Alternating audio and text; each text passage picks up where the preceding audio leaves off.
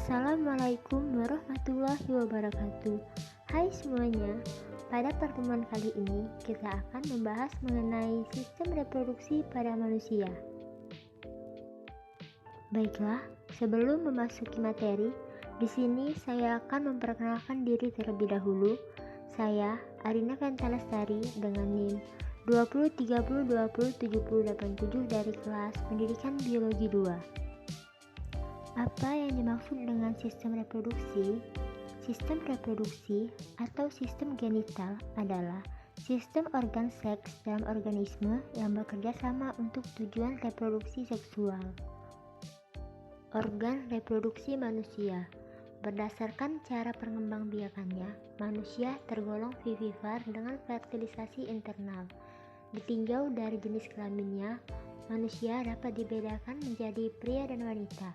Pria dan wanita mempunyai organ reproduksi yang berbeda.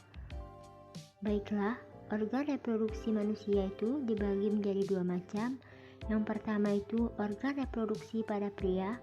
Organ reproduksi pria mempunyai dua fungsi reproduksi, yaitu produksi sel kelamin dan pelepasan sel-sel ke saluran sel kelamin wanita.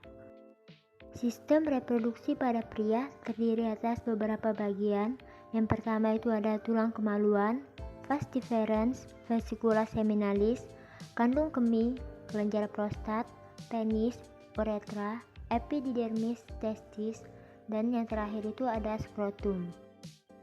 Pada organ reproduksi pria mempunyai dua fungsi reproduksi, yaitu produksi sel kelamin dan pelepasan sel-sel ke saluran sel kelamin wanita. Organ reproduksi pria terdiri dari 4 bagian utama, yaitu testis, vas deferens, kantong sperma, dan penis. Baiklah, yang pertama itu ada testis. Testis berjumlah sepasang dan berbentuk bulat telur. Testis tersimpan dalam suatu kantong yang disebut skrotum atau kantong buah zakar. Testis berfungsi sebagai tempat pembentukan sel sperma dan hormon kelamin atau testosteron. Selanjutnya ada vas deferens yang merupakan saluran yang menghubungkan testis dan kantong sperma. Vas deferens berjumlah sepasang, bagian ujungnya terletak di dalam kelenjar prostat. Selanjutnya itu ada kantong sperma atau uretra yang berjumlah sepasang dan berfungsi untuk menampung sperma sebelum dikeluarkan dari tubuh seorang pria.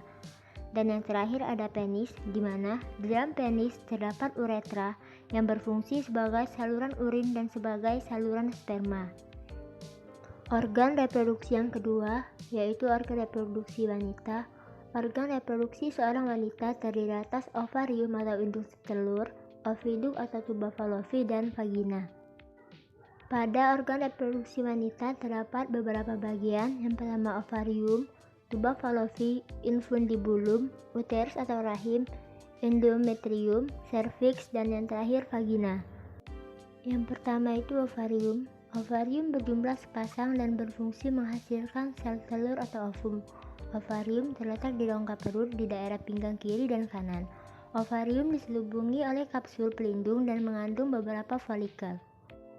Selanjutnya ada oviduk atau saluran sel telur, berjumlah sepasang dan berfungsi menggerakkan ovum ke arah rahim dengan gerakan peristaltik. Ujungnya berbentuk fimbre. Fimbre berfungsi untuk menangkap ovum yang dilepaskan oleh ovarium. Pembuahan sel telur oleh sperma terjadi pada oviduk. Selanjutnya, ovum yang telah dibuahi bergerak ke rahim. Rahim merupakan tempat pertumbuhan dan perkembangan embrio hingga dilahirkan. Dan yang terakhir itu ada vagina. Ia berfungsi sebagai organ persetubuhan dan untuk melahirkan bayi. Organ tersebut mempunyai banyak lipatan sehingga pada saat melahirkan dapat mengembang.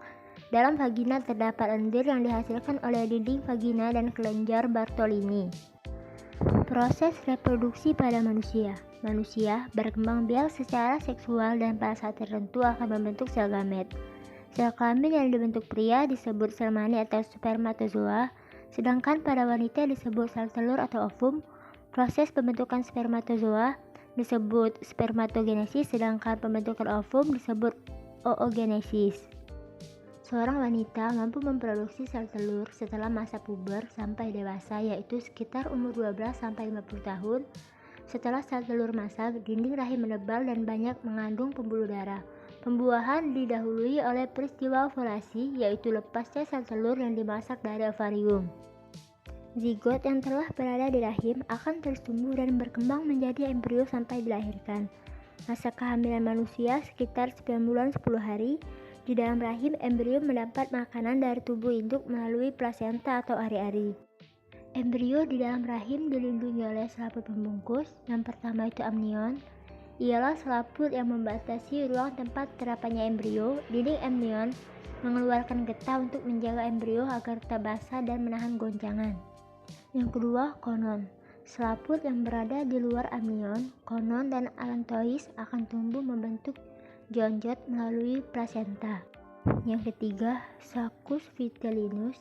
Terletak di antara amnion dan plasenta, pemunculan sel dan pembuluh darah yang pertama. Dan yang terakhir ada allantois, terletak di tali pusat, berfungsi untuk respirasi, saluran makanan, dan ekskresi. Jika setelah ovulasi sel telur tidak dibuahi sel sperma, jaringan dinding rahim yang menebal dan mengandung pembuluh darah akan rusak atau menstruasi. Peristiwa ini terjadi pada wanita setiap kurang lebih 28 hari sekali. Lulusnya dinding rahim ditandai dengan keluarnya darah melalui vagina. Baiklah, sekian penjelasan materi pada hari ini. Saya akhiri. Wassalamualaikum warahmatullahi wabarakatuh.